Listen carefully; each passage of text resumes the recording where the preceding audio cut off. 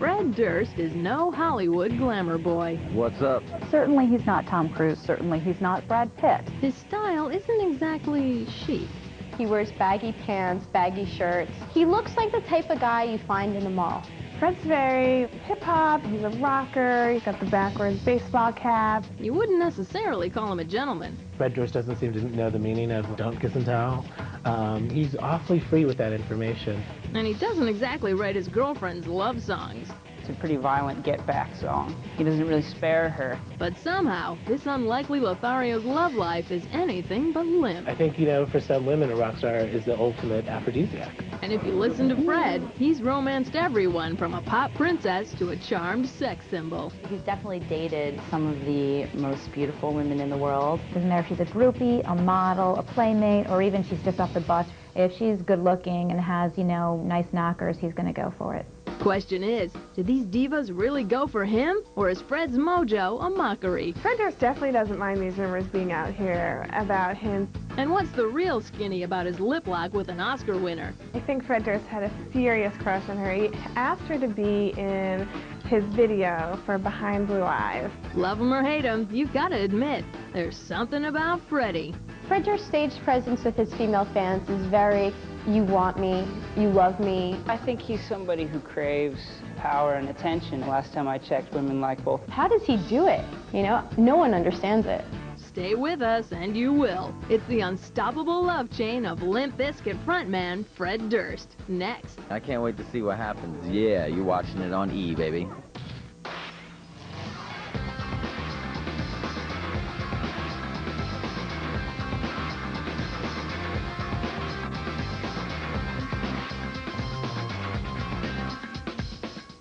As the lead singer of the band Limp Bizkit, Fred Durst quickly established himself as one of rock's most notorious bad boys. He's out at all the clubs, he's got all the tattoos, the fancy cars, and he's a chick magnet. He is a guy that is a rock star, that has a lot of fame, that has a lot of power. This is a powerful guy in this town. But Fred's roots are strictly small town. He grew up in North Carolina, then moved to Tennessee, where 19-year-old Durst joined the Navy and fell in love. We both were in the service and we went to Millington, Tennessee to a Navy school. And we got to know each other and then eventually started dating. He was good looking. He was very considerate. By 1990, the couple was married with a baby daughter. They also had big problems. Fred and I separated after Adriana was born. We were just immature. You know, we were both jealous. I don't think we were ready to be man and wife. In fact, that same year, Fred accused his wife of cheating. Fred eventually went after his bride's alleged lover and was arrested for assault. The charges were later dismissed. What was said about him fighting a person that I was allegedly dating, that is not true. You really can't believe everything that you hear. Fred and Rachel eventually went their separate ways, and after a medical discharge from the Navy, Fred held down odd jobs while pursuing his big break. He was able to give one of his music tapes to a member of Korn, and they managed to help him secure a record deal. Just like that, Limp Bizkit was on the rise.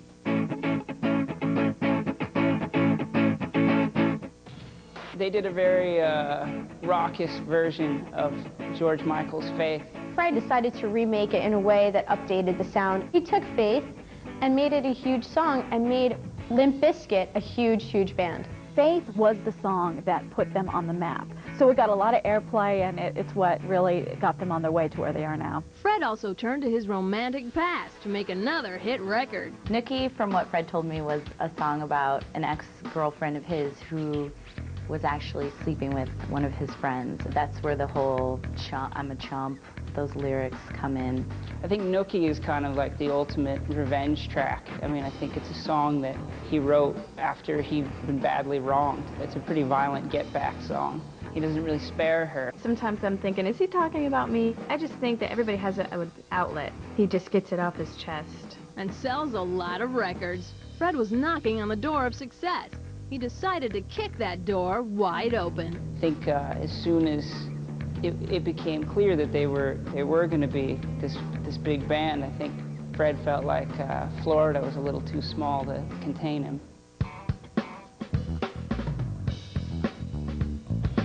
There's nothing wrong with a naked woman to me. Like nothing. Nothing. Fred arrived in L.A. in 1998 and became a fixture at the Playboy Mansion. He's sort of made the mansion his second home, and as he should, because anything that anybody's heard about the mansion is, all the good things are beyond what people imagine. Including the Playmates. So for somebody like Fred, he's a kid in a candy store there. It's kind of dope. You know, it's kind of like, you come here, I'm single. It's kind of like, it just makes your senses really just flare up. You know what I mean? And it's a really cool thing. I was at one Limp Bizkit mansion party. It was a CD release party, and he was definitely having fun in the grotto with all the girls.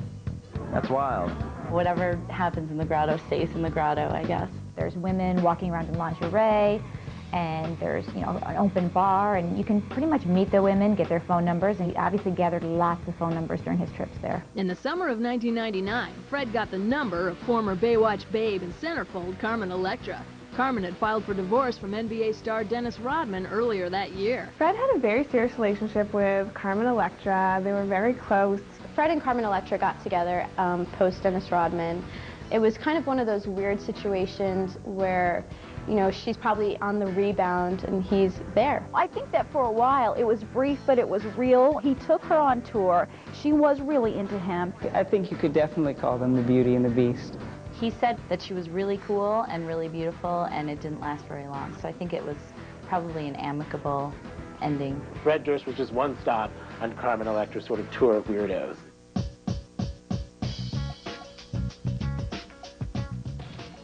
According to Fred, he claims he barely saw Carmen. You know, they slept together, they had a few dates. He says she was still seeing Dennis Rodman, and he was terrified of Dennis Rodman coming after him. So he didn't stay with Carmen because Dennis is so much bigger. Sounds like the perfect love triangle. Up next, Fred plays dirty with a sexy pop princess. My attraction to Christina. Nothing else would make me do that. And later, Fred threatens to tarnish the crown of another sexy pop diva. He goes onto the Howard Stern show and tells in graphic detail their love life.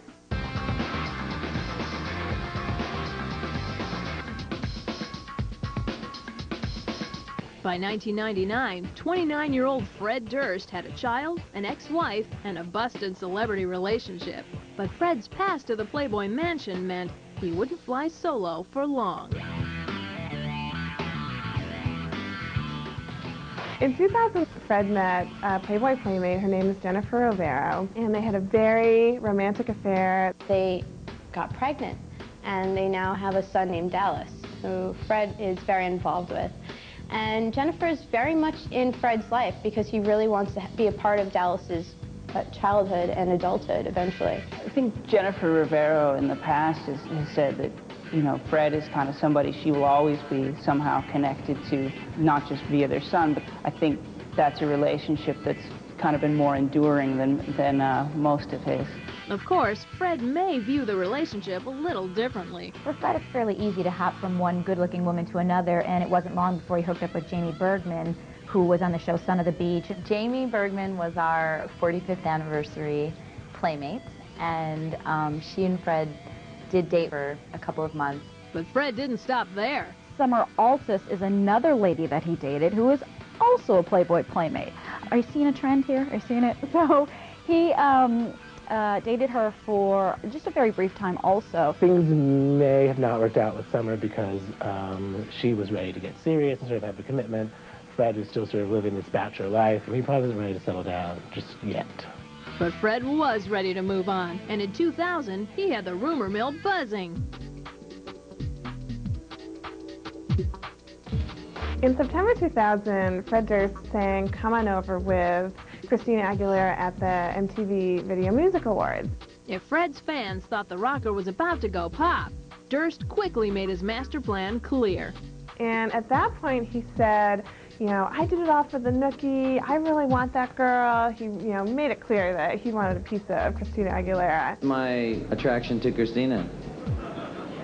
That's about it. It's definitely, nothing else would make me do that. Of course, rumors immediately start flying that they're dating. And we do see them around town a little bit together.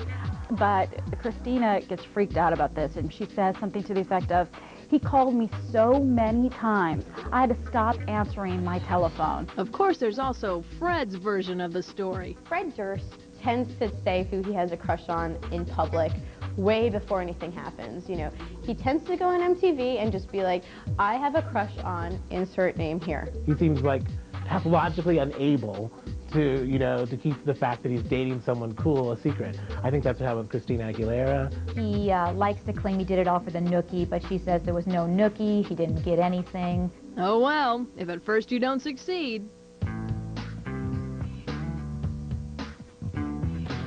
Rumors started going around that Fred Durst and Alyssa Milano actually hooked up. Alyssa Milano tends to like musicians. She was actually married to St. John Tate from Remy Zero. About the same time that Alyssa Milano is hanging out with Justin Timberlake, she develops this fascination with Fred Durst. After Alyssa and Justin split, Milano started seeing a lot more of Fred. I've actually seen Fred out with Alyssa, seeing them at the lounge and seeing them talking, and even now I still will run into them talking or hanging out. Maybe they had a fling, but I don't see any romance that would be ever long-term coming out of that. If Alyssa and Durst did date, the romance didn't last long. Up next, Fred opens his mouth when a blonde bombshell gives the singer an ultimatum. You better chill, dude, or I'm gonna get my people after you. And later, Fred tries to put an American beauty under his spell. He's calling her and saying, it's Fred Durst, I want to ravish you, I'm going to make you a star, baby.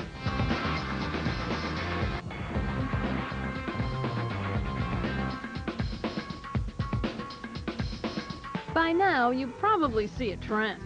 Fred Durst had his way with the Playmates, but his luck with Hollywood glamour girls was a little dicier. Fred flirted with Christina Aguilera. She gave him the cold shoulder in return. Then he was linked to Alyssa Milano, but their friendship vanished before he could even brag about it. But Fred made up for lost horn tooting in 2003.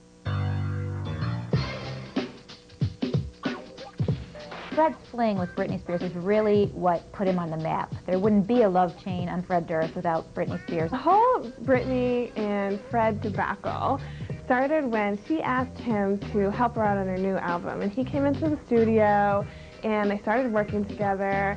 Fred's having these public declarations about who he has a crush on. Here he is saying, you know, on his website, I have a crush on Britney Spears. But Britney is hesitant to say that they actually are anything other than friends. And that kind of pisses him off. And so he goes onto the Howard Stern show and tells in graphic detail their love life and talks about how trimmed she is or is not, and talks about places he's been on her. I mean, it was really bad. As usual, while Fred glowed, his supposed love interest growled. Britney went on TRL and denied everything. She denied everything. She said that she has no relationship with Fred, nothing. I can tell you firsthand that I was at the Sundance Film Festival, and although Fred Durst may have thought he was with Britney at the festival, I can tell you that in almost every situation, Fred was on this side of the room, Britney was on that side of the room, Fred was staring at Britney, Britney was hiding behind a bodyguard. After being snubbed by Britney, some say Fred made music about the pop star. Fred capped off his relationship by writing songs about it. So when he was writing about Britney, he wrote a lovely song called Just Drop Dead, and then another one called Let Me Down. Only Fred knows whether his ruthless lyrics were aimed at Britney. But the war of words continued to fly. Britney had some pointed words for the Freddie. You better chill, dude, or I'm gonna get my people after you. So she was none too happy about that. Eventually, cooler heads prevailed. His publicist calls him, stop, enough, enough. And then he goes back on his website and says, okay, I'm stopping, enough is enough. Definitely, think she's special. But I don't think that we'll be talking anymore. That might be best. In March 2003, Fred was briefly linked to former Spice Girl Jerry Halliwell. Fred and Jerry met in California. She came here to kind of like reclaim some sort of celebrity status, and probably she saw Fred Durst as someone that could really raise her profile. The couple was spotted together around LA, but Fred claimed he and Ginger were just friends. Apparently, Durst had his eyes on another dish.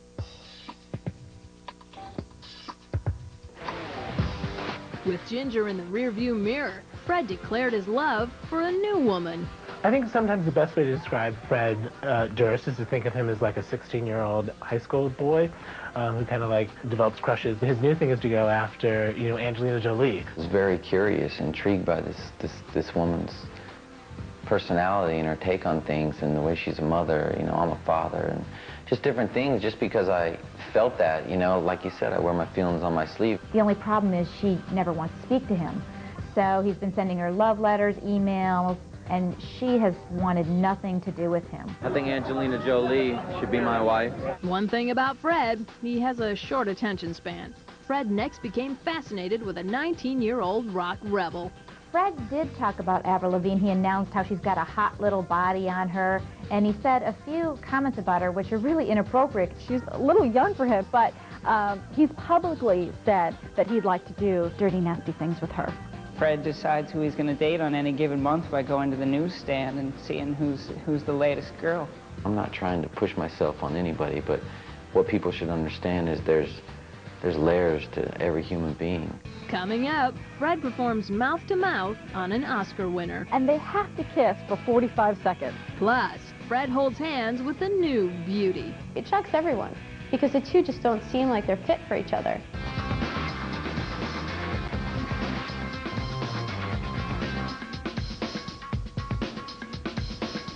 With a full deck already in his pocket, Fred Durst is quickly becoming the king of hearts. Question is, are his hookups true romances or simply bluffs?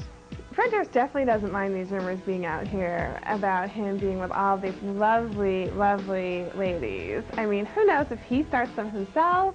If we use Fred's math, he was married to Rachel Durst in 1989, they parted ways the following year and divorced in 1996. In 1999, he dated playmate and actress Carmen Electra for a few short months. Then in 2000, Fred hooked up with Centerfold's Jennifer Rivero, Jamie Bergman, and Summer Altus. And in 2003, he was seen around town with actress Alyssa Milano. And let's not forget those rumored romances with Christina Aguilera, Jerry Halliwell, and Britney Spears. If you think those love affairs were more like fantasies, Fred still had one more up his sleeve.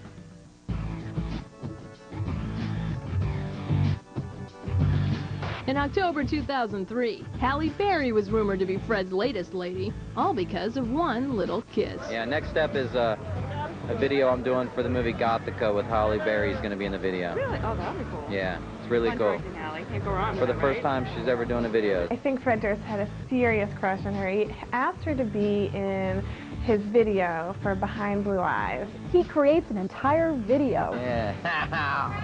whereby he needs to have Halle Berry in the video, and they have to kiss for 45 seconds. He wrote this. He's directing it. I mean, it's really ingenious. It was better than it looked. You know, it was amazing. He didn't tell her it was going to go on for 45 seconds, but when filming started, it just went on and on. And Fred even commented later that people would be able to see their love shine through on the screen. I think he did his most to make sure that one of the key scenes in the music video was for him and Halle Berry to make out. Halle Berry is doing Fred Durst a favor by appearing in the video for a song that's going to be on the soundtrack of her movie. Halle Berry is a professional actress. She kisses a lot of people. Halle Berry could make kissing me believable.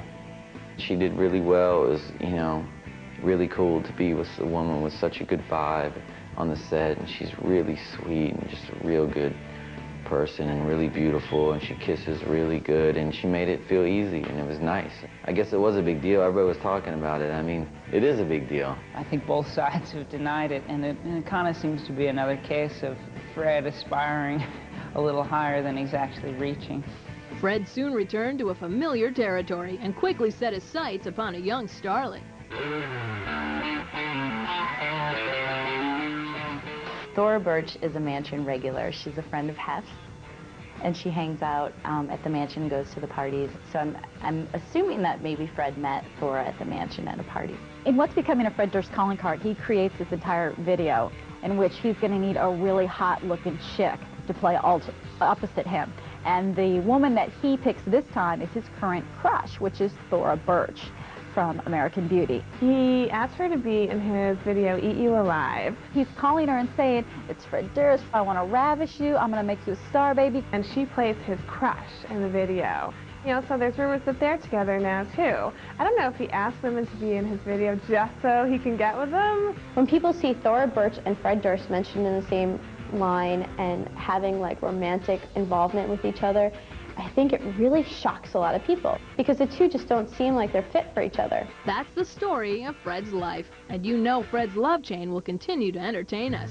So will this wild one ever find true love? I think he's got quite a few years of playing ahead of him, but throughout all these different romances, he's always gone back to Jennifer Rivero, and he spends a lot of time with his son, and to his credit, he is a very good father. Well, I think you can kind of look forward to Fred Durst at 75, a little balder, a little fatter, and still chasing after the girl of his dreams. I just want to be me, and if I feel like my heart talks, not my mind.